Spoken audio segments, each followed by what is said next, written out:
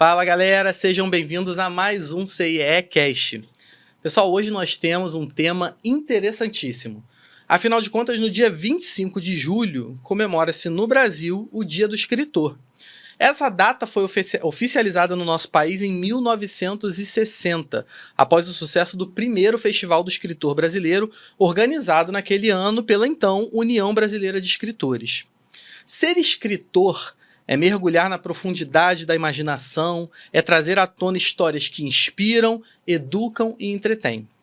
É viver várias vidas ao transcrever emoções, pensamentos e mundos em palavras. E para você, o que é ser escritor? Bom, pessoal, hoje nós vamos falar da importância da leitura e da escrita, vamos falar também de um evento importantíssimo realizado anualmente pelo CIE Rio para todos os seus aprendizes, o concurso literário Professor Arnaldo Nisquier. Mas antes de a gente começar esse bate-papo, já vai seguindo, dando like na transmissão, segue a gente nas redes sociais e ativa o sininho para receber as notificações. Bom, pessoal, falando de concurso literário Professor Arnaldo Nisquier, o meu primeiro convidado é professor, é escritor, jornalista, filósofo, historiador e também pedagogo. Ele ocupa a cadeira, é o 7º ocupante da cadeira de número 18 da Academia Brasileira de Letras, da qual foi presidente também. Ele foi secretário estadual de Ciência e Tecnologia e também de Educação e Cultura do Estado do Rio de Janeiro. Ele é ainda presidente emérito do CIE Rio. Eu tenho a honra de receber hoje aqui o professor Arnaldo Nisquier, que dá o nome ao nosso concurso literário. Seja muito bem-vindo, professor. Muito obrigado, Luan, Júlia.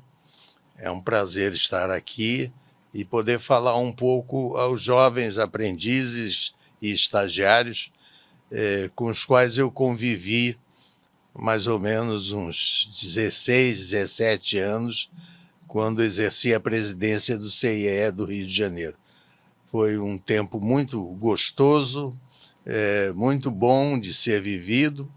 Acho que eu ajudei muitos jovens a se realizar profissionalmente, na obtenção necessária e indispensável do seu primeiro emprego, né? E hoje estou aqui para conversar a respeito dessa experiência com muito prazer.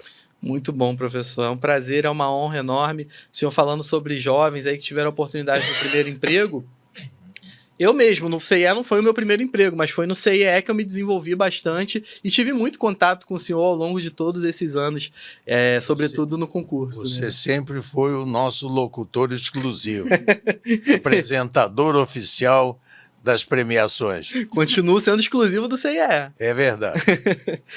Bom, pessoal, minha segunda convidada, ela foi aprendiz pelo CIE em 2023 e participou da 9ª edição do concurso literário que leva o nome do nosso convidado, professor Arnaldo Nisquier, da qual ela saiu vencedora. E hoje ela é estudante de Direito e estagia também na área. É com muita alegria que eu recebo hoje a Júlia Hanna. Seja bem-vinda, Júlia. Obrigada, eu agradeço muito o convite por estar aqui. Fiquei muito feliz de receber o convite. Achei que seria uma oportunidade muito bacana de poder falar um pouquinho da minha experiência como jovem aprendiz, de como foi escrever o texto para o concurso do professor Arnaldo Nisquier. E estou muito feliz de estar aqui. Imagina, eu que estou feliz, Júlia. Acho que é sempre legal a gente trazer... Eu acho muito bom a gente trazer esse casamento, né, de duas figuras tão distintas, né, professor? O senhor já é tão renomado, não só na área da literatura, mas da educação no estado do Rio de Janeiro, em âmbito nacional também, muito conhecido. E uma jovem que participou de um concurso que leva o seu nome, né, saiu vencedora com um texto maravilhoso, falando sobre, né, a realidade local. Eu acho que esse cruzamento de gerações, acho que dá um bate-papo muito interessante. Um bom casamento. É um bom casamento, né? Professor, esse episódio do CIE Cast é uma homenagem à sua figura, obviamente, né? Mas é também uma forma de nós aproximarmos a sua figura dos nossos jovens aprendizes, né? O senhor que é um educador, que dá, mais uma vez, o nome ao concurso, de que eles participam todos os anos. Então, pensando nisso, né, nessa sua aproximação com a leitura, a escrita e o concurso que leva o seu nome, eu gostaria de começar a nossa conversa com a seguinte pergunta: qual é a primeira lembrança que o senhor tem de contato com a leitura e com a escrita? É uma boa pergunta. porque isso remonta à minha infância, vivida nos subúrbios do Rio de Janeiro. Eu nasci em Pilares, muita gente brinca dizendo que eu sou um caprichoso de Pilares, não é? Mas nasci em Pilares, e depois fui para o Riachuelo, depois vivi muitos anos na Tijuca, bairro que tenho no meu coração. Passei 2 anos em São Paulo, numa aventura comercial do meu pai que não deu certo. Ficou 2 anos e depois voltou para o Rio. E depois fui para Tijuca, outro bairro que está no coração.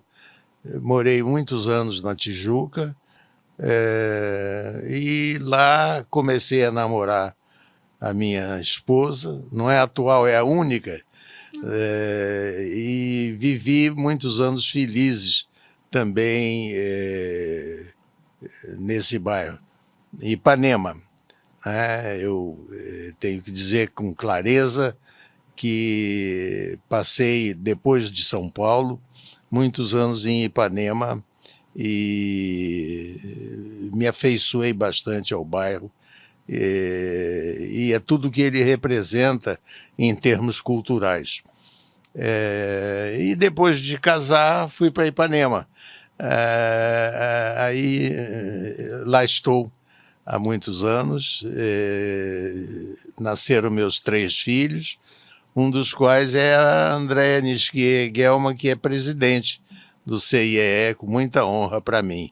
Ela está muito feliz e eu mais ainda, com essa ligação dela com o CIEE, que é uma ligação muito profunda e que me enche de alegria.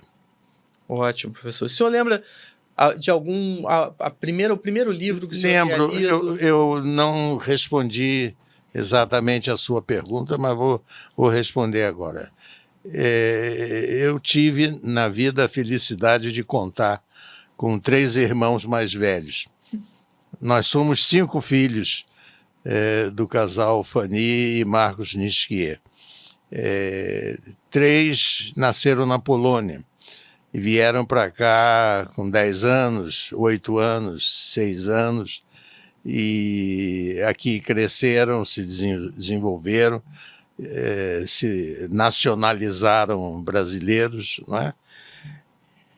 E esses 3 irmãos, eles eram muito ligados aos irmãos mais novos, eu e a minha irmã Raquel, que nascemos já no Rio de Janeiro. Eles compravam revistas sistematicamente para nossa leitura. E eu lembro que o meu irmão Silvio era bastante ligado numa revista chamada Eu Sei Tudo. Existia essa revista, são tempos que a gente lamenta que não permaneçam a vida toda, mas existia essa revista Eu Sei Tudo. Ele comprava, lia e repassava para mim com 1000 recomendações sobre leituras necessárias de matérias que eram indispensáveis à minha formação cultural. Então, eu acho que essa revista, Eu Sei Tudo, comprada sistematicamente pelo meu irmão Silvio, ela foi a fundamentação da minha vida literária e tenho uma recordação muito boa dela. Muito bom, professor. E sempre a leitura é um hábito cultural, né? E que muitas vezes é repassado, né? De ente para ente familiar. Né? E traz sempre uma lembrança muito carinhosa para a gente. E você, Júlia, qual foi o seu primeiro contato com a leitura, que você se lembre? Você falando de ente familiar só me lembra da minha mãe, porque minha mãe foi quem me ensinou a ler, porque minha mãe é pedagoga. Então eu comecei a ler bem cedo, comecei a ler com 4 anos. Isso é ela que diz, não sou eu que me lembro. Mas eu comecei a ler com Turma da Mônica. Eu acho que isso denuncia um pouco da minha idade também, porque eu tenho 20 anos. 20 anos atrás era muito popular você ler o gibi da Turma da Mônica. Além da Turma da Mônica, também lembro de alguns livros infantis. Marcelo, Marmelo, Martelo, da Ana Maria Machado, era um que eu gostava bastante. Não era só a história deles, tinha outras histórias também. Chapeuzinho Amarelo, do Ziraldo. E Menina Bonita do Laço de Fita. São 3 livros, assim, tirando a Turma da Mônica, que eu me lembro com muito carinho da minha infância. Porque são livros, assim, que embora sejam feitos para criança, também tem uma certa, assim, faz a criança pensar, além do convívio familiar. Por exemplo, eu achava muito interessante no Marcelo Marmelo Martelo que ele dava nomes diferentes às coisas. Eu achava isso, nossa, uma criatividade absurda. Eu falava, caramba, eu queria ser criativo assim. E com a própria Turma da Mônica também, antigamente, por exemplo, as histórias do Horácio também tinham uma pegada mais filosófica. O Cebolinha também gostava muito dele, gostava ainda mais do que a Mônica, porque o Cebolinha criava os planos infalíveis e eu também tinha essa vontade de criar. Acho que desde criança eu sou uma pessoa assim, muito criativa. Quando era criança, por exemplo, fazia vídeo com Barbie com a minha irmã.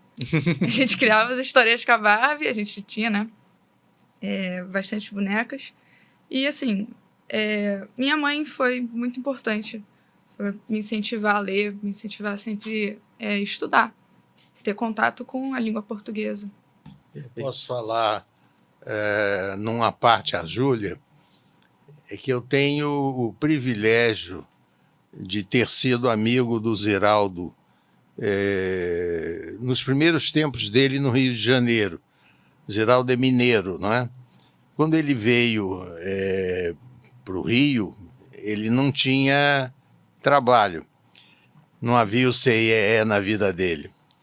Mas ele procurou a Manchete Esportiva, que existia na época, era dirigida pela família Rodrigues, Augusto, Nelson e Paulo. Nelson Rodrigues, o famoso, né? O Augusto era o irmão que dirigia o jornal. E o Ziraldo se ofereceu para ser paginador da Manchete Esportiva, ajudante de um argentino que tinha chegado ao Rio para trabalhar, chamado Ricardo Parpagnoli. E ficou. E eu era assistente da direção, e nós nos tornamos bons amigos desde então. Isso hoje é coisa de mais de 60 anos, mas o Ziraldo já era talentoso naquela época e demonstrou como paginador, mas também como ilustrador, porque no fundo ele foi e se consagrou como um enorme paginador. E a Ana Maria Machado é minha colega, há muitos anos já, da Academia Brasileira de Letras. Ela é uma fabulosa autora infantil, tem livros de muito sucesso internacional. O renome dela não é só brasileiro, mas é internacional. E eu tenho orgulho de ser colega dela na Academia Brasileira de Letras. É esse casamento de que a gente estava falando, né? Autores que são referências para a Júlia fazem parte da sua trajetória, né, professor? E o senhor o senhor lecionou durante anos também, né? Mais de 50 anos. E foi secretário de Educação, né? O senhor consegue destacar aí 2 realizações no magistério e na política, na secretaria? Bom, eu fui autor do Planetário do Rio de Janeiro, que é muito lembrado e é muito elogiado, né? Quando eu assumi a Secretaria de Ciência e Tecnologia, foi a primeira do país, me ocorreu ter visto em Paris o planetário, e por que não fazer um também aqui no Rio de Janeiro? E foi o que eu convenci o governador Negrão de Lima a me dar o dinheiro necessário, e nós fizemos o planetário que se encontra lá na Gávea, de múltiplos usos, mas é um edifício muito bonito, projetado pelo Ricardo Menescal, irmão do Roberto Menescal, o grande compositor de música popular brasileira. E eu acho que esse planetário foi uma coisa muito importante na minha vida. Um legado. O segundo ponto para atender a sua pergunta, amigo, é que no governo Chagas Freitas, eu fui secretário de Estado de Educação e Cultura durante 4 anos. e consegui inaugurar 88 escolas, um número recorde e bastante expressivo. Então, há placas com o meu nome honrado em 88 escolas do Rio de Janeiro. Tudo isso construído num período só de governo, o que é um feito, eu considero, notável. Então, eu acho que esses dois fatos devem ser destacados na minha longa carreira. Importantíssimos, né, professor? É um legado que o senhor deixa para as gerações atuais. Como educador, por mais de 50 anos, como o senhor mesmo disse, o senhor vivenciou várias gerações aí que foram entrando e saindo do mundo acadêmico. Agora, como o senhor enxerga o panorama da educação no Brasil atual? Mal. Eu não sou muito fã do que está acontecendo. Aliás, eu acho que pessoas com consciência pensam igualmente a mim. A educação precisa de mais recursos, precisa de mais atenção e mais seriedade também. Você vê, o Plano Nacional de Educação foi criado, é um plano para funcionar durante 10 anos, mas das 20 metas do Plano Nacional de Educação, só 4 tiveram andamento razoável. Então, é muito pouco. Agora virá um outro Plano Nacional de Educação, com vigência a partir do ano que vem. Será que vai ser a mesma coisa? De 20 metas, só 4 funcionam ou funcionariam? Isso tem que mudar, e isso é um problema sério que enfrenta a educação em nosso país. Perfeito, professor. Agora, Júlia, você, como eu disse, foi nossa aprendiz, né? Passou pelo programa Jovem Aprendiz CIE em 2022, 2023, né? Como que você enxerga... Foi a sua primeira oportunidade no mundo do trabalho? Sim. Como é que você enxerga a importância da aprendizagem para oferecer essa primeira oportunidade para o jovem no mundo do trabalho? Quando eu cheguei no CIE, eu cheguei muito crua, assim, de não ter noção de como é o mercado de trabalho, de não ter noção de como me vender em uma entrevista. Eu lembro da entrevista que eu fiz para a Superbia, eu fico anotando as coisas que eu poderia ter melhor explicado. E eu acho que, assim, o CIE me ensinou a colocar a boca no trombone. Tipo assim, dar a cara a tapa. De me expor, de saber, de escrever o que está na minha cabeça, de ser criativa, porque as atividades que a gente fazia nas nossas oficinas eram sempre nesse sentido de explorar a criatividade ou de pesquisar algum tema novo. Muitas coisas que eu não sabia, que hoje em dia são mais simples, eu aprendi no CIE. Por exemplo, eu tive 2 colegas de turma no CIE, que também eram da Supervia, que sabiam bastante sobre tecnologia. Eles eram da área de TI e tinha várias coisas, por exemplo, cibersegurança, que era uma coisa que eu sabia. Segurança, sei lá, senha. Só que não, é muito mais do que isso. Data privacy, um negócio assim que foi ampliando a minha visão de mundo. Tanto os temas das aulas do CIE, quanto as pessoas que estavam do meu lado. Então, assim, eu fiz amizades no CIE, que eu levo, assim, pra minha vida. São pessoas que hoje em dia são muito próximas a mim, que eu tenho muito carinho por elas. E mesmo sendo só um ano que a gente passou juntas, a gente ainda continua essa amizade. E além disso também, eu perdi um pouquinho da minha timidez, porque só o fato de eu estar aqui falando no microfone, na frente das câmeras, num vídeo, já é uma vitória para mim. Porque eu cresci muito tímida e isso não é bom para você ter sucesso. Isso é uma coisa que, para mim, agora eu tenho certeza disso. Porque eu tenho uma amiga que tem muita dificuldade de falar. Eu falo para ela assim, você tem que se vender, você tem que falar, você tem que expor o que está na sua cabeça, você tem que aprender isso. Porque quem não fala não é ouvido. Então, dentro do CE eu aprendi isso.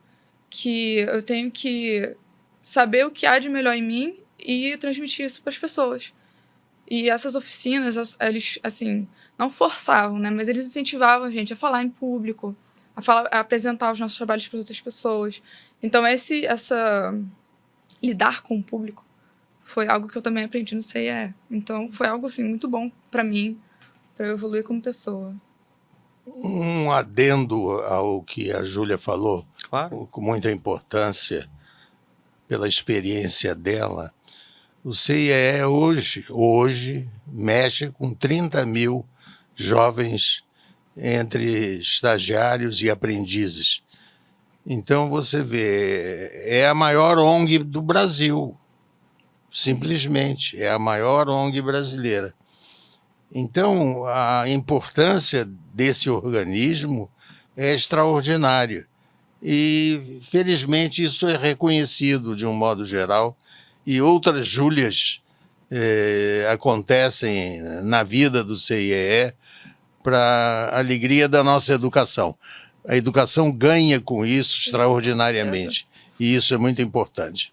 É importantíssimo, né, professor? Porque um dos tópicos da aprendizagem, acho que eu já falei em outros episódios aqui do nosso CIEcast, é o estímulo à continuidade nos estudos. Sim. Então, o jovem que chega no programa, muitas vezes cursando ensino médio ou com ensino médio completo, ele é estimulado durante o programa a prosseguir na vida acadêmica, né? Que é o seu caso, né, Júlia? Sim, sim.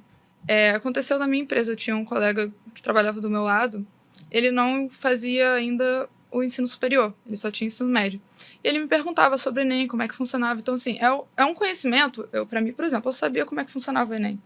Mas é um conhecimento que nem sempre está disponível para todo mundo.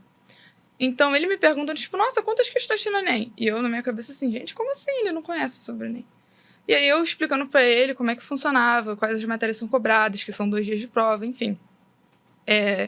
Ele soube um pouquinho de como funcionava o processo, ele agora está fazendo uma faculdade de administração. Então, assim, algo que ele tomou como princípio para a vida dele, peraí, eu preciso melhorar na minha vida acadêmica para melhorar como pessoa, que ele aprendeu no programa de aprendizagem.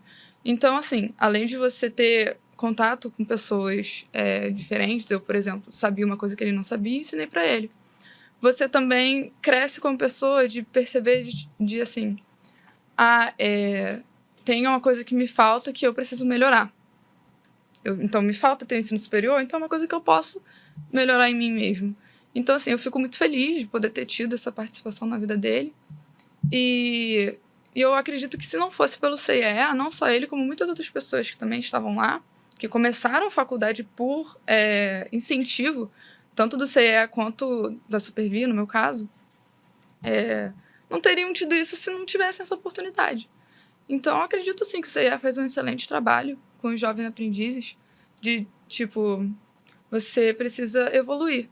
Tipo, de você sair de um lugar que você está acomodado, peraí, agora eu vou trabalhar, agora eu vou ser jovem aprendiz, agora eu tenho mais responsabilidades. E você conseguir evoluir como pessoa e dar um caminho para sua vida, entendeu? Não ficar Perfeito. estagnado. É isso aí mesmo, né?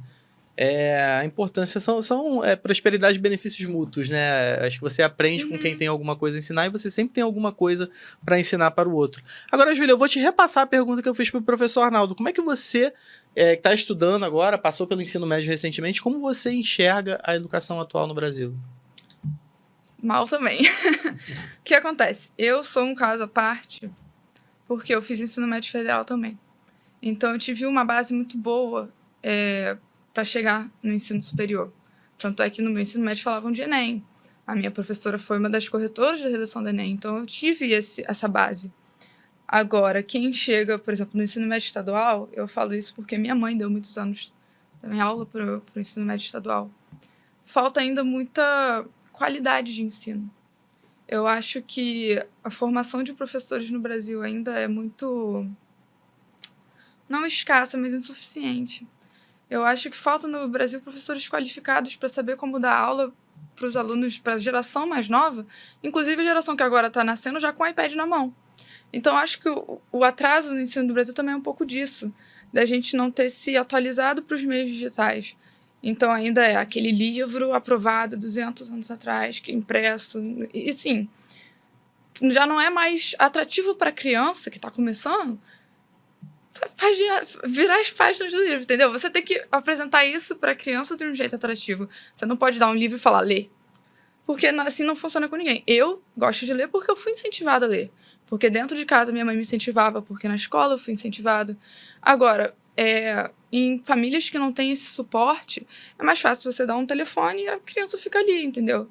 E o ensino no Brasil carece disso, de você fazer com que o que esteja sendo apresentado para a criança aprender seja interessante, seja uma coisa que ela pare para pensar, pare para pesquisar. E, assim, é difícil, não é uma tarefa fácil, mas, assim, eu sou muito grata pela minha educação. Eu acho que me mudou como pessoa. Acho que a educação tem esse poder, né, de você mudar como pessoa. E... acho que o senhor pegar quer... um gancho do que a Júlia deixou aqui enunciado para falar da formação de professores. Todas as vezes que no Congresso Nacional se discutiu o novo ensino médio, que agora está prometido para o ano que vem, todas as vezes foi colocado por algum congressista, ou deputado, ou senador, o problema do magistério. O magistério está mal equacionado. Os cursos de pedagogia estão formando de maneira deficiente. Os salários são abomináveis. Normalmente, os salários são abaixo da crítica. Então, é preciso reformular o ensino a partir, necessariamente, de um novo magistério, uma nova formação de professores. Isso tem que ser corrigido de toda maneira e o mais breve possível para que a educação possa surtir os efeitos necessários. Então, eu sou francamente favorável a que se dê prioridade na reformulação da educação brasileira à formação do magistério. Isso é fundamental hoje em dia na nossa educação. Afinal, né, professor, a educação, tal qual a linguagem, ela é um organismo vivo, né? E ela precisa se adaptar àquilo que o momento exige, né? E o nosso momento exige uma reformulação. Bom, professor, como... eu queria que o senhor contasse para a gente como foi a sua chegada à Academia Brasileira de Letras, como que se deu? Andando. E depois que o senhor entrou andando, como fez para ser um imortal? Abrir a porta. Sentei numa daquelas cadeiras tradicionais, né? Pô, se fosse fácil assim, eu já teria ido também. Você pode aproveitar a chance, né? Não, mas eu fui muito estimulado por duas pessoas inesquecíveis, ou três, na minha vida. Uma foi o Josué Montello, que trabalhava na Manchete também. Um escritor maranhense, muito famoso, muito importante, autor de Os Tambores de São Luís, que é uma obra clássica da literatura brasileira. Outra foi a minha madrinha, Raquel de Queiroz, a primeira mulher a entrar para a Academia Brasileira de Letras, o que aconteceu em 1976 somente. Veja como demorou a que as mulheres entrassem para a academia, o que é um erro inequívoco, um erro absoluto. Então, a Raquel de Queiroz, ela me adotou, gostava muito de mim, por razões que eu desconheço. Ela era torcedora do Vasco da Gama e eu era torcedor do América. E ela dizia que essa era a nossa única e grande divergência, que de resto nós éramos muito afinados, do ponto de vista cultural e tudo mais. Ela foi quem me ajudou muito. E eu acho que na lista dos que me ajudaram, eu teria poucas pessoas com tanta importância, mas não posso deixar de falar no Austregésimo de Ataíde. Ele era o presidente da academia, foi presidente mais de 30 anos, e ele também gostava muito de mim pessoalmente e fez um esforço muito grande para que eu entrasse para a academia, o que aconteceu já há mais de 40 anos. Eu hoje sou o segundo mais antigo da academia, só perco para o José Sarney a condição de decano. eu sou o segundo decano da academia, com muita honra. Perfeito, professor. Agora, já que esse episódio ele vai ser bastante assistido, sobretudo pelos jovens aprendizes do CIE, eu queria que o senhor trouxesse para esses jovens que vão nos assistir qual é o significado de ser imortal como membro da academia. Você tem que pensar na condição primeira de trabalho da academia, que é o zelo pela língua portuguesa. Então, a Júlia é muito sensível a esse tema, porque ela escreveu e ganhou um concurso literário feito com muito carinho pelo CIE. Então, zelar pela língua portuguesa, fazer o seu vocabulário ortográfico, fazer o seu dicionário da língua portuguesa, eu acho que isso daí tudo são atividades nobres que merecem todo o respeito e todo o carinho do povo brasileiro. E assim tem sido. Então, eu acho que, com esses cuidados primaciais, a academia se destaca no panorama da cultura brasileira como uma entidade de primeira ordem. Posso contar uma história engraçada? Claro. Você falou do termo imortal. Eu lembro quando eu era bem criança, minha mãe me levou, eu e minha irmã, à BL. Aí é uma sala, né, com um monte de cadeiras. Eu lembro disso. Muito tempo que eu não vou, claro, mas eu lembro disso. E aí a minha mãe falou, é aí que sentam os imortais. Aí eu, ué, mas eles não morrem? Como assim? Eu era bem criança, mas eles não morrem? Minha mãe falou, não, é modo de dizer imortal, porque é um respeito, que não sei o que, é uma honra, né, de você ser imortal. A gente morre, mas a obra fica. Exatamente. Essa é o que leva o CIE a tanto brilho e a tanta, eu diria, a tanto cuidado que tem da sociedade brasileira. O CIE é a mesma coisa. O CIE é uma entidade imortal, porque a sua obra fica. A obra de respeito aos estudantes, aos jovens aprendizes e estagiários, é uma obra extraordinária e imortal, sem dúvida nenhuma. Perfeito. É uma concepção muito mais filosófica do que necessariamente de matéria, né? Júlia, você continua escrevendo depois que... Continuo escrevendo, mas eu tenho para mim que, assim, muito do que eu escrevo, eu mantenho para mim. Publicar esse para abrir, né, para as outras pessoas lerem o CE, eu fiquei pensando, gente, o que será que vão pensar de mim? Só que aí eu falei, deve ter tanto texto para ler. Vou mandar logo o meu, que vamos ver no que dá. Mas muito do que eu escrevo, eu mantenho para mim. Quando eu era criança, eu escrevia bastante poema. Criança, eu digo assim, pré-adolescente. Criança com 8 anos dificilmente escreve poema. Mas eu lembro na minha escola que tinha concurso de poesia. Aí eu botava meu textinho no concurso de poesia. Teve um ano que eu ganhei o 2º lugar. Foi o único ano que eu ganhei. Mas eu fiquei muito feliz. Mas eu continuo escrevendo, sim. Não sei se eu tenho plano de escrever um livro. Até porque me falta um pouquinho de tempo, mas seria muito legal porque, cara, escrever é uma droga. Escrever vicia. Você fica com o comichão assim na mão. Peraí que eu preciso escrever alguma coisa. No caso, eu digito, né? Não escrevo mais à mão.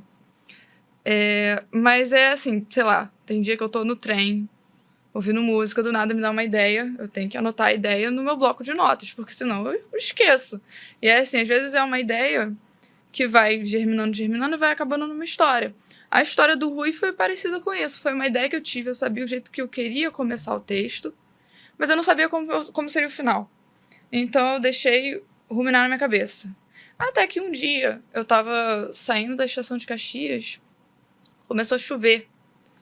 Eu falei, assim que vai terminar a minha história, cara. Minha história termina chovendo. Começa no dia nublado, termina no dia ensolarado. Então, assim, eu quis fazer essa... Ensolarado pra quem, né? Ensolarado exatamente. Começa nublado, chove bastante, termina ensolarado. Então, assim, eu queria fazer essa passagem do clima também, falando um pouquinho do meu lugar. O lugar também é influenciado pelo clima que você vive. Então, assim, foi uma história que foi sendo construída, assim, às vezes eu pegava e mexia no meio, às vezes eu pegava e mexia no início. Eu tenho esse jeito meio estranho de escrever minhas histórias de, sei lá, não escrever introdução, desenvolvimento, conclusão. Não, às vezes eu mexo na conclusão, às vezes eu mexo no desenvolvimento. Então, tenho uns textos assim. E tenho escrevido, ultimamente, um mundo de fantasia com meu namorado. Mas é uma coisa assim, nós dois escrevemos juntos, assim. Eu escrevo um pedaço, ele escreve o outro. É uma pessoa também que eu compartilho muito da minha criatividade. Então, assim, eu tenho vontade, no futuro, de ser escritora. Mas também é uma coisa que está germinando. As portas da academia estão abertas. Por que não? Não é? Agora, professor, o processo de escrita, a Júlia falou bem, né? Que ela começava de repente parou, mexeu no final do texto, voltou ao início, mexeu no meio ali, no clímax. O processo de escrita ele é muito intrínseco, né? Então, não necessariamente há uma fórmula. Mas é diário. Sim. Você sabe que é uma doença diária. A gente entra em casa, senta, olha, no meu caso, a máquina, porque eu escrevo ainda. Nossa. A máquina de escrever, uma tremenda Remington, parecida com uma que eu dei para Raquel de Queiroz por um prêmio que ela ganhou. Ela ganhou uma máquina também, ela gostava de batucar na máquina, na Remington. Agora, no meu caso, como a Júlia contou a inspiração dela, eu preciso dizer que a minha inspiração primeiro andou no caminho dos 3 filhos. Cada filho ganhava um livro. E mais recentemente, há 2 anos, a bisneta. A bisneta Sofia ganhou um livro que eu fiz especialmente em homenagem a ela. E ela adora o livro, ela não lê, ela ainda não sabe, mas ela gosta de folhear e aponta, bota o dedo. Ela quer dizer alguma coisa que ainda não consegue. Um dia dirá, não é? Mas eu tenho um prazer enorme de escrever em homenagem à minha primeira bisneta, Sofia. Que lindo. É um presente incomum, né, Bruno? Cada claro. membro da família ganha um livro. Agora, vamos falar um pouco sobre o concurso literário? Afinal de contas, professor, 60 anos de CIE Rio, 10ª edição do concurso literário, seria a 12ª se não tivéssemos passado por uma pandemia aí, 2 anos de hiato. Como que é, professor, ter um concurso literário que atinja mais de 14 mil jovens e adolescentes em todo o estado, levando seu nome? Isso foi uma delicadeza do meu amigo fraternal, Paulo Pimenta. Um abraço, professor Paulo. Ele teve a inspiração de fazer o concurso, deu o nome do seu grande amigo, que era o presidente da entidade. Eu fui contra, eu achava que não ficava bem, né? A gente sempre com os cuidados com a opinião dos outros, né? Mas afinal eu concordei e o concurso veio e está sendo, nesses 10 anos de vida, um sucesso completo, porque revela, como é o caso da Júlia, jovens escritores, revela um interesse muito grande pela literatura infanto-juvenil, que é sagrada no nosso país, com nomes consagrados, como ela citou. Então, hoje, esse concurso é um sucesso completo e, se Deus quiser, vai durar a vida toda. Perfeito. E, Júlia, qual era a visão? E aí eu acho que você pode falar, de repente, por você e por outros colegas que você conheça que tenham participado do concurso. Qual é a visão que o jovem aprendiz tem de ter uma premiação acontecendo para ele? Não necessariamente ele vai ganhar, né, como foi o seu caso, mas ter uma premiação da qual ele faz parte na Academia Brasileira de Letras. Eu acho que é uma coisa necessária, sabia? Uma coisa assim, para tanto aumentar a autoestima da pessoa, quanto para dar a oportunidade dela de estar em um lugar que ela normalmente não estaria se não fosse o CIE.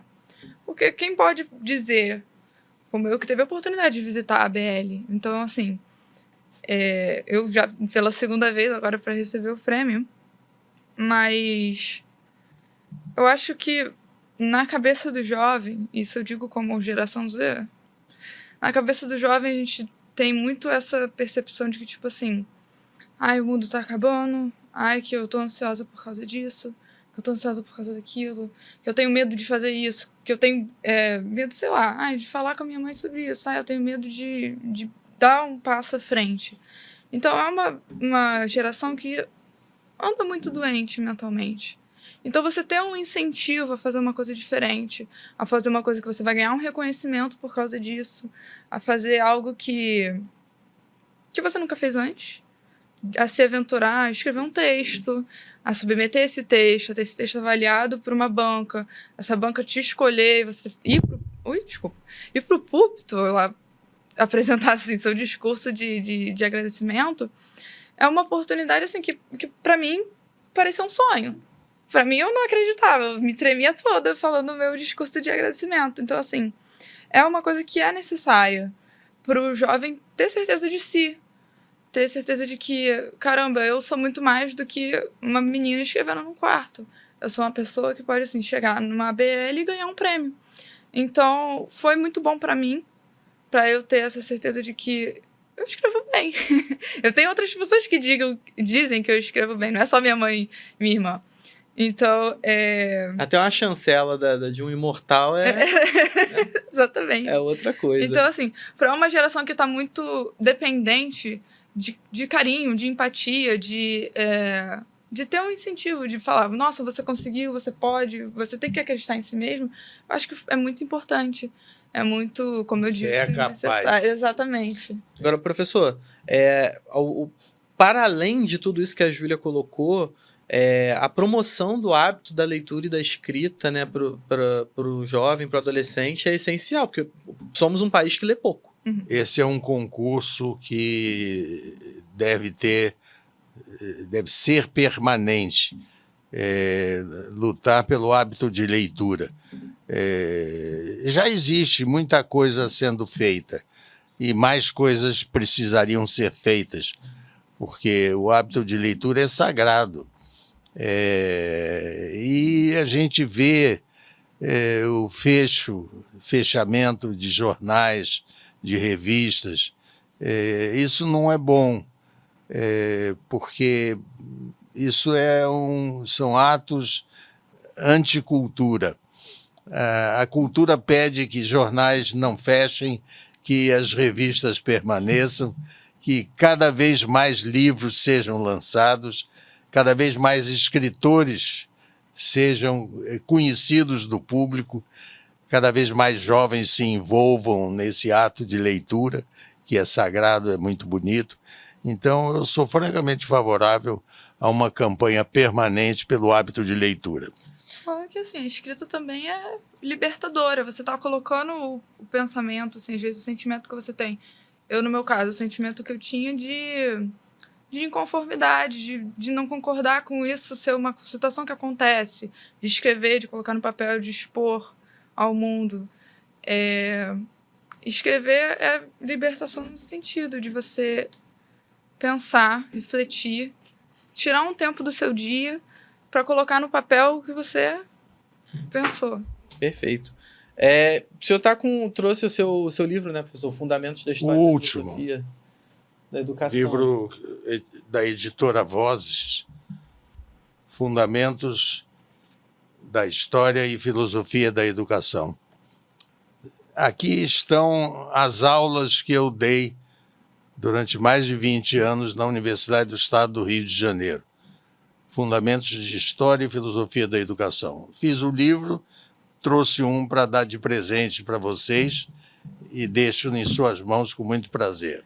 Obrigado, professor. Esse aqui, produção, tá direcionado à equipe da Betamax, hein? Presente para a Betamax, tá? Muito carinho aqui oferecido pelo professor Arnaldo. Muito obrigado, professor. Agora, Júlia, você esperava ganhar o concurso? Não. Não? Não. Era o quê? Falta de autoestima? Não. Uma autocrítica muito grande? Era porque eu não tinha noção da quantidade de redações que iam ser enviadas. Tinha bastante. Vocês mencionaram mais de 1.600, que eu acho que foi. 1666. Eu lembro até hoje da última edição. Foi o recorde Foi. De textos inscritos foi. Então, assim, quando chegou na minha sala, quando a minha instrutora, Letícia, aliás, um beijo pra Letícia, muito excelente instrutora, quando ela chegou na sala anunciando, gente, olha só, vai ter concurso literário, primeiro prêmio é um notebook, segundo prêmio é um celular, terceiro prêmio é um Kindle. Aí eu falei, mas é de graça? É.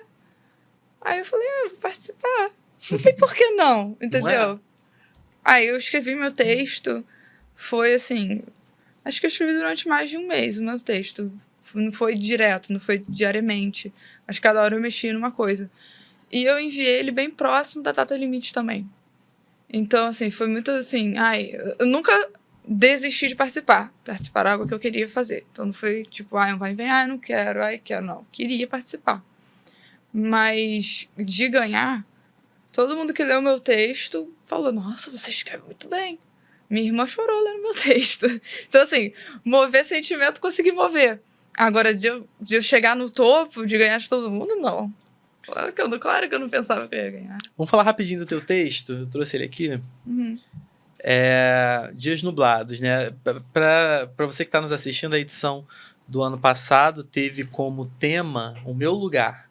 E foi bem pensando na música do Arlindo Cruz mesmo, né? Mas pensar no meu lugar não só como um lugar físico, mas é uma concepção filosófica mesmo, de pertencimento, de lugar no mundo. De lugar no mundo, exatamente. E você falou bem do teu texto, Dias Nublados, ele fala sobre dias de sol, dia de chuva, dia nublado, você começa de um jeito, termina com um dia, né, de sol. E aí eu perguntei, né, muito capciosamente, dia tá ensolarado para quem? Porque afinal de contas, quando você fala da mudança de clima, você fala também das diferenças sociais. Né? Sim. O dia que chove para alguns, não é o dia da chuva que chove para outros. O tema geral do texto foi isso.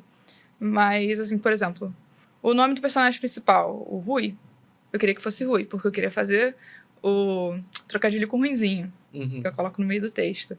Assim, isso pra mim eu já tinha no início. Agora, os personagens que foram surgindo, eu queria ter tido mais tempo pra desenvolver. Só que aí também foi um texto que já tinha 7 páginas. Eu falei, não tinha mais o que desenvolver ali. Mas é essa vontade de escrever que eu tinha. Mas a ideia, ela foi surgindo. Assim, eu queria começar de um jeito impactante, eu queria terminar de um jeito impactante. Porque eu sinto, e isso é, assim, das pessoas que leem, eu sinto que a leitura aqui no Brasil é muito influenciada pela leitura de fora. Então, você pergunta para uma menina, o que você tá lendo? Eu tô lendo, sei lá, Corte de Chamas e alguma coisa. Enfim, é um livro americano. O que você tá lendo? Antigamente, na minha época, quando eu era mais nova, era Culpa das Estrelas. Eu tô lendo A Culpa das Estrelas. Então, assim, raramente são livros brasileiros, com cenários brasileiros, que a gente vê na literatura hoje em dia. É uma literatura riquíssima, né? Exatamente. Então, tô lendo Harry Potter, tô lendo, sei lá, Senhor dos Anéis. O que não é um pecado. Não é um pecado, não estou falando mal, mas eu estou dizendo que falta esse incentivo a cenários brasileiros. É uma coisa que eu tinha pra mim. Eu quero escrever ambientado no Brasil, eu quero escrever ambientado no Rio de Janeiro, eu quero escrever ambientado em uma favela, eu quero escrever ambientado em Copacabana. Então, assim, eu quero que tenha esse cenário, essa proximidade com o leitor. Porque é legal você imaginar Hogwarts, é legal você imaginar Mordor lá do Senhor dos Anéis. Mas também é legal você ler e se imaginar no lugar do personagem de uma maneira mais próxima. Se identificar com sim, isso, né? Sim, e assim, quando eu escrevi também, eu não queria referenciar uma favela em específico, porque eu queria que fosse uma leitura mais aberta. Então, no final, por exemplo, quando ele lê a manchete, a favela pode ser qualquer favela, porque isso pode ter acontecido em qualquer lugar. Um desabamento que acontece com frequência em diversos lugares do Brasil, não só no Rio de Janeiro, e que qualquer pessoa pode estar naquele lugar. Entendeu? Qualquer pessoa em uma situação de necessidade está naquele lugar. Você me permite ler esse trechinho final Pode, do texto? com certeza. Como eu falei, é um texto que fala muito de desigualdade social e ela usa muito essa variação, né, do clima para falar sobre essas desigualdades. E aí no trechinho final ela fala o seguinte: a empregada trouxe o jornal para a mesa do café da manhã. Seu patrão já estava atrasado para a reunião no escritório, mas mesmo assim olhou a manchete. Maior deslizamento da terra em décadas deixa recorde de mortos e feridos na favela da... Não terminou de ler. Não gostava dessas tristezas. O que os olhos não veem, o coração não sente. Pensou enquanto saía de casa. Pegou o elevador, entrou no carro, ligou o ar-condicionado e saiu da garagem. Realmente, hoje fazia um belo dia de sol em Copacabana. É uma cadência de eventos. Uma rotina. Você pega, você lê o jornal, você sai de casa. Então, assim, é uma rotina diária para aquela pessoa. É uma coisa que não muda, é um conforto que ele tem. Não é o mesmo conforto que o Rui tinha. Então, assim, é uma perda que... É o mesmo dia que passa por duas pessoas diferentes. Um dia de chuva que destrói 20 barracos numa favela é o mesmo dia de chuva que só me impede de sair, né? Sim. Mata a gente. Né? Exato. Infelizmente. Eu queria só fazer um adendo, dizendo que me deu vontade, em diversos momentos da minha vida, de escrever música propriamente dita, letra de música. Eu não toco nenhum instrumento, mas eu acho que tenho alguma qualidade de letrista. Então eu escrevi um disco com o Tom da Bahia, que é um compositor conhecido. O disco se chama Temperos Musicais e tem 12 músicas, tem letra minha e música dele. E agora, no mês de maio passado, o Martinho da Vila, que é muito meu amigo, é um nome importante da cultura brasileira, quem sabe até um dia para ser da Academia Brasileira de Letras. O Martinho lançou o seu último disco, seu último trabalho musical, e me pediu uma música que eu fiz, chamado Mulher Sorriso. Essa música consta do disco do Martinho da Vila e, para alegria minha, está à venda por aí afora. Então, é uma faceta pouco conhecida da minha vida, mas eu tenho também letras de música das quais me orgulho muito. Muito bom, professor, muito bom. Essa eu também não conhecia, não, tô sabendo agora. É muito bom. Vou ouvir, já gravei o nome aqui. Agora, professor, vou manter aqui com o senhor. É óbvio que durante sua carreira o senhor já passou aí por diversas emoções, diversos momentos marcantes, mas tendo presidido o CIE por tanto tempo, né, o senhor tem essa sensibilidade para a juventude, né? Então, qual é a sensação que o senhor tem ao ouvir discursos como o da Júlia ou de tantos outros jovens, não só os que venceram, mas os premiados no concurso que leva o seu nome? Qual é a sensação de ouvir aqueles discursos tão acalorados? O que a gente está fazendo pela juventude brasileira ainda é muito pouco. Nós temos jovens que saem do ensino médio e deixam a escola, a chamada geração nem estuda, nem trabalha. Isso é um mal terrível em relação à educação brasileira. Nós temos que evitar que isso aconteça. Então, eu, pessoalmente, aos 89 anos de idade, não me aposento porque eu quero ainda ajudar a juventude do meu país a ter uma boa escola e, com isso, acesso a um bom emprego para que possa ser feliz e ajude o país a se desenvolver. Perfeito. E você, Júlia, como é para você receber um prêmio que leva o nome do professor Arnaldo e tá aqui ao lado dele hoje? É uma honra. Quando eu fiquei sabendo também na ligação, eu fiquei, nossa, meu Deus. E cheguei hoje atrasada porque eu queria o autógrafo no livro do professor Arnaldo. Então, assim, é uma oportunidade única, claro, eu acho que durante toda a minha vida eu vou me lembrar com muito carinho desse momento. E de também poder estar sentado ao lado do Senhor, poder estar conversando, poder o Senhor estar falando um pouquinho da sua vida, falando um pouquinho da minha. A gente tendo, compartilhando, né, sentimentos, compartilhando ideias, compartilhando lembranças. E fico muito feliz do convite, fico muito feliz de estar aqui. Maravilha. Perfeito. Agora eu vou passar um recado para os jovens que estão assistindo a gente, né, que vão participar dessa edição do concurso literário.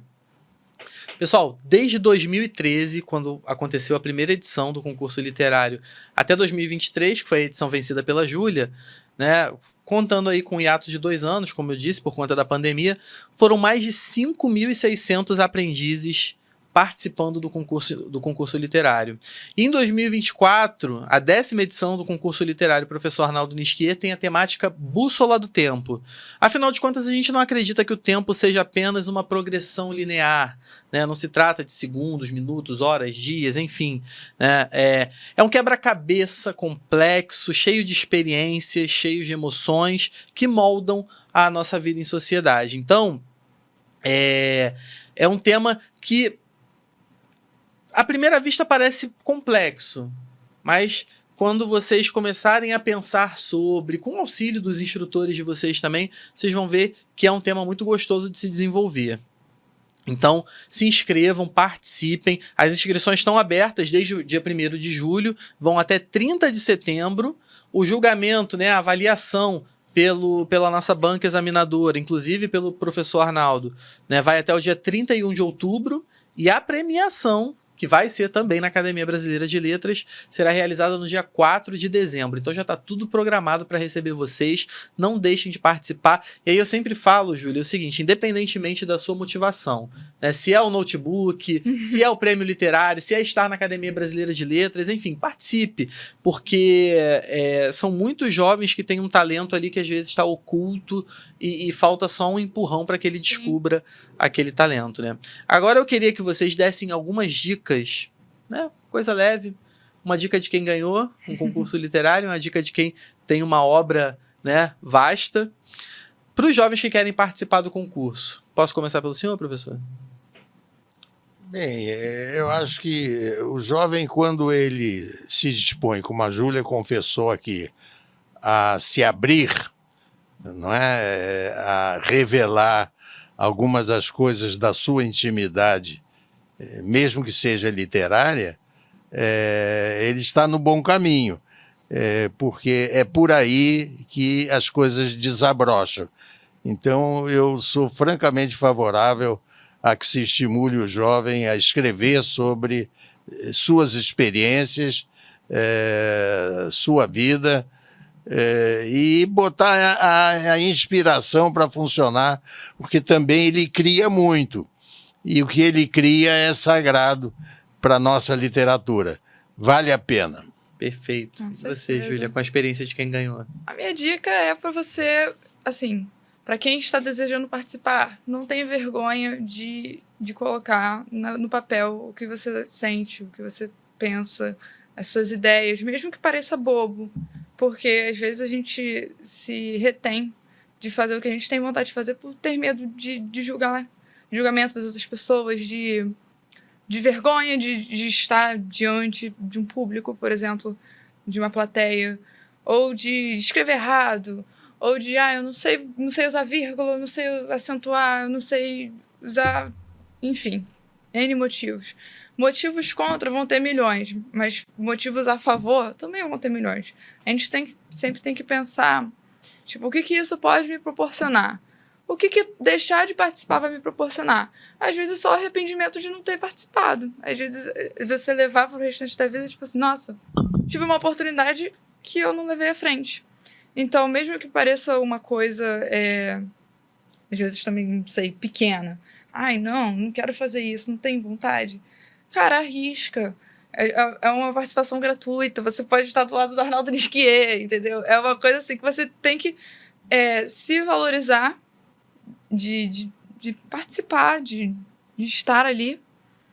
E também deixar um pouquinho a timidez de lado. Deixar um pouquinho a vergonha, deixar um pouquinho o medo e se jogar, como eu iniciei falando, botar a cara a tapa. É bem isso. por aí mesmo, né? Bom, a gente já está quase encerrando esse bate-papo aqui. Está sendo, para mim, é uma honra, professor, estar aqui com o senhor hoje. Eu que tenho aí 13 anos de CIE, né? Dos quais eu tive o prazer de participar da construção das 9 primeiras edições do concurso literário, como o senhor disse, ser o locutor oficial, apresentador oficial. Então, para mim, é uma honra que o senhor tenha aceitado hoje estar aqui conosco, mesmo com a sua agenda tão atribulada aí, o senhor que é muito ativo ainda, né?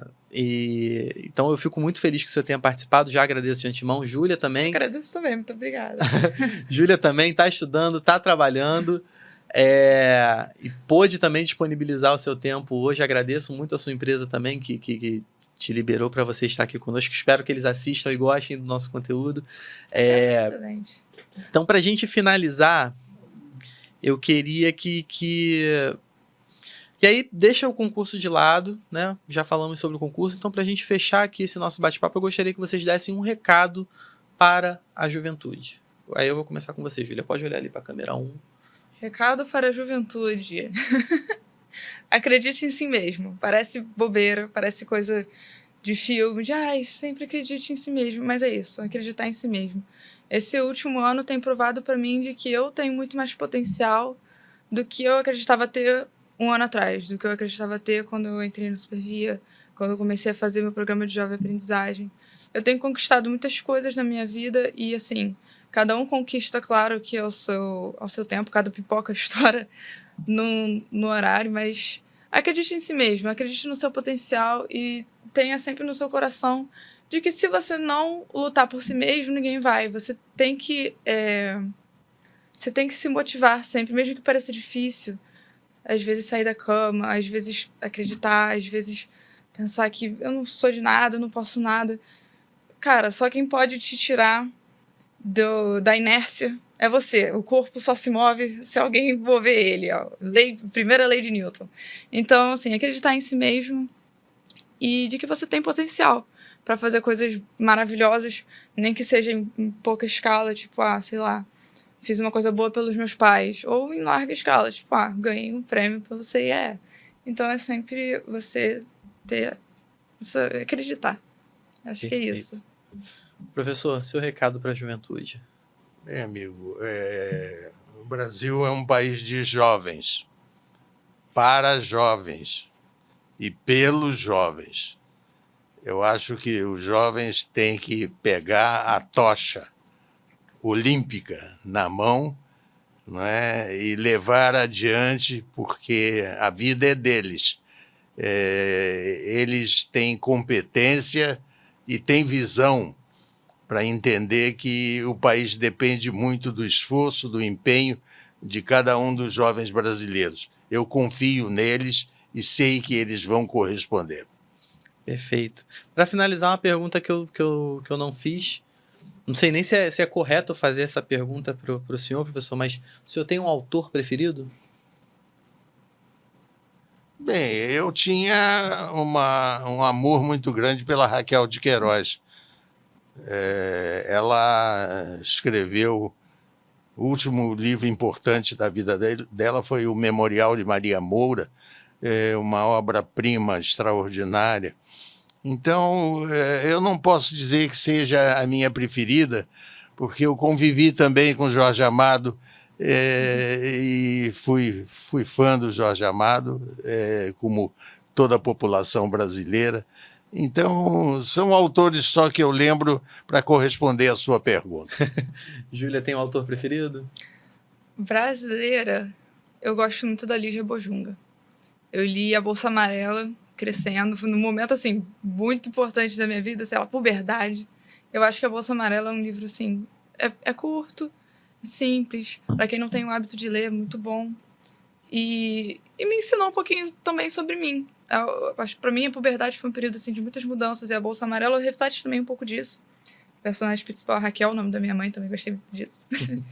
Mas a Lígia Bojunga tem uma certa sensibilidade na escrita dela, e foi um livro que, por exemplo, lá fora, Apanhador no Campo de Centeio, é o livro da puberdade. Para mim, seria A Bolsa Amarela, da Lígia Bojunga.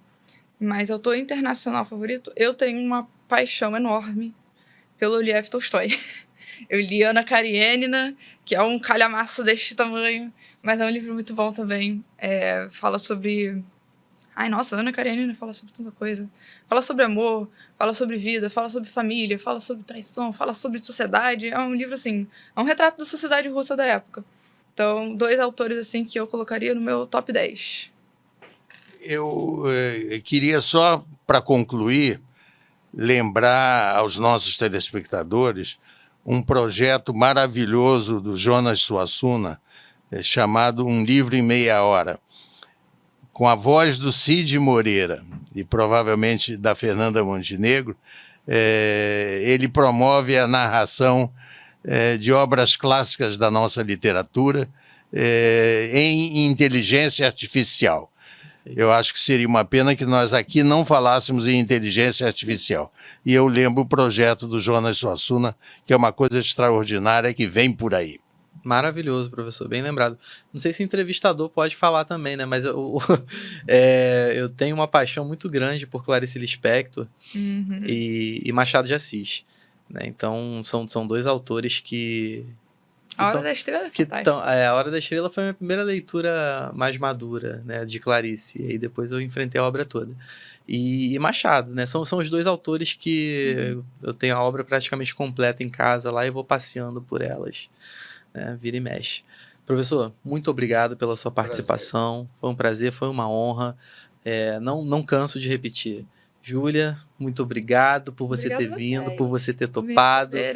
Foi importantíssimo você trazer o seu recado aqui para o nosso público. Então, antes de finalizar, tem alguma coisa que vocês queiram dizer que não tenham dito? Algum recado que queiram dar que não tenham dado? Participem do concurso literário, do 10º concurso literário. Perfeito.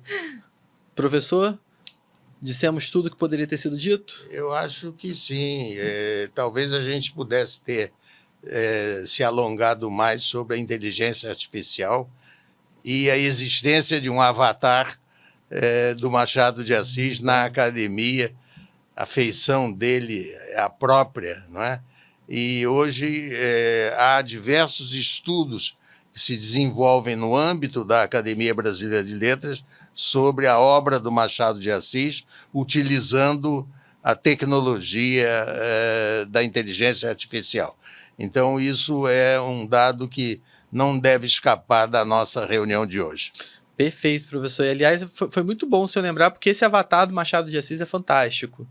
É extremamente interativo, você pode fazer as perguntas. Eu me lembro que, eu não sei, se alguém que estava comigo perguntou se Capitu traiu o Bentinho pro Machado. E a resposta dele foi fenomenal. Mas aí eu vou deixar para vocês visitarem a academia para poder saberem a resposta que o Machado dá sobre essa questão. Que, aliás, é polemicíssima, né? Dá uma polêmica gigantesca sobre a traição de Capitu ou não. Bom, muito obrigado mais uma vez. Vocês que estão nos assistindo, eu espero que tenham gostado tanto quanto eu desse bate-papo prazeroso, leve, descontraído. Então, continuem seguindo o CIE nas redes sociais, porque, afinal de contas, vem muita coisa boa por aí. Tchau, tchau.